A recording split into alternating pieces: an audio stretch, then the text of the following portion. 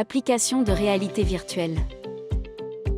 Mise en service et paramétrage de l'unité. Bienvenue dans notre application de réalité virtuelle où nous vous présenterons la procédure de démarrage rapide de l'unité. Procédure de démarrage rapide. La procédure doit être effectuée après avoir terminé l'installation de l'appareil, notamment vérification de l'appareil et installation astérisque, test d'étanchéité et mise sous vide, charge de réfrigérant, raccordement électrique avec vérification des paramètres d'alimentation. Assurez-vous que l'appareil est éteint.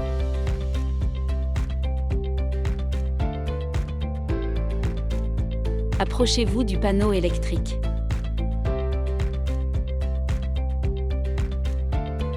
Sur le panneau électrique, trouvez le bornier XC.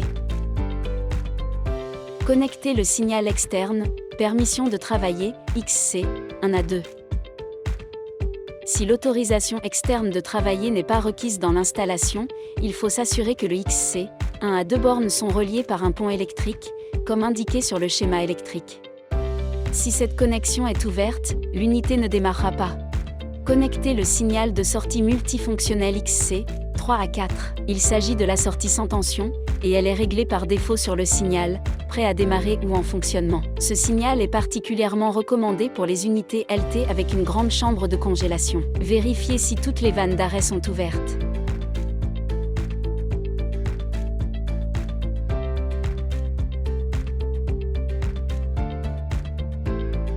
Allumez l'interrupteur principal.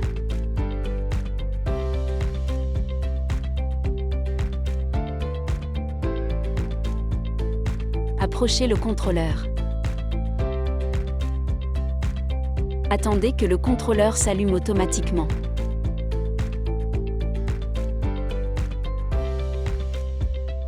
Changez le type de réfrigérant. Le type de réfrigérant n'est réglé que lors de la première mise en service.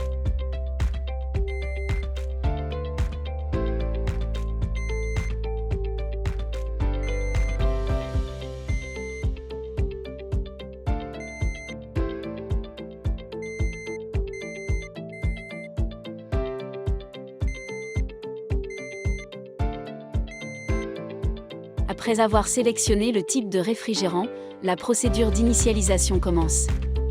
L'information, LOAT, et le type de réfrigérant sélectionné apparaissent sur l'écran du contrôleur. Une fois la procédure terminée, le contrôleur passe à l'affichage par défaut. Définissez le point de consigne de la température d'évaporation requise.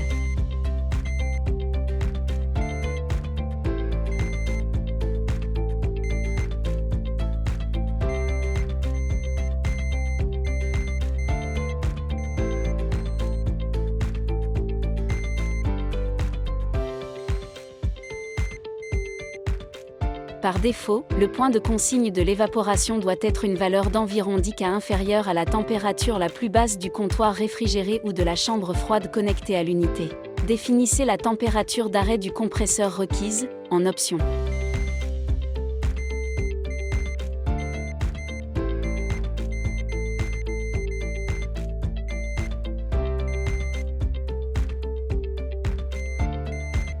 Par défaut, il est recommandé de maintenir cette valeur environ 12 K plus basse que le point de consigne d'évaporation. Allumez l'unité de condensation.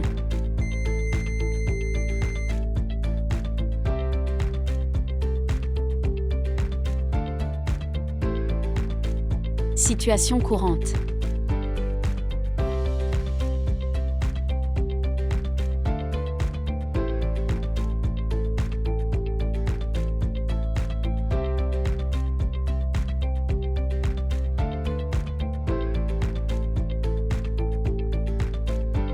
Attention, une fois que toutes les conditions de démarrage sont remplies, l'unité de condensation démarre automatiquement si la demande de refroidissement apparaît. L'écran du contrôleur affiche alternativement les désignations des paramètres et leurs valeurs. La liste des paramètres est présentée dans le tableau. Vérifiez l'état de l'onduleur. La diode verte ou clignotante de l'état 1 indique un fonctionnement correct de l'appareil. Vérifiez les valeurs des paramètres de fonctionnement réels.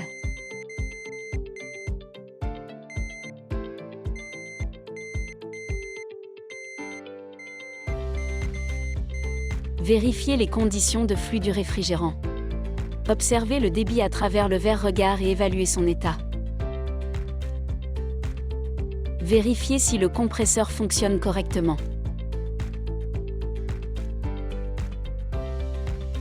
Faites une inspection visuelle de l'extérieur.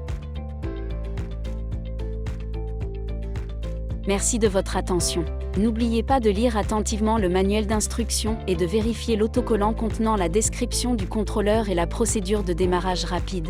L'autocollant est placé sur la porte intérieure de l'appareil.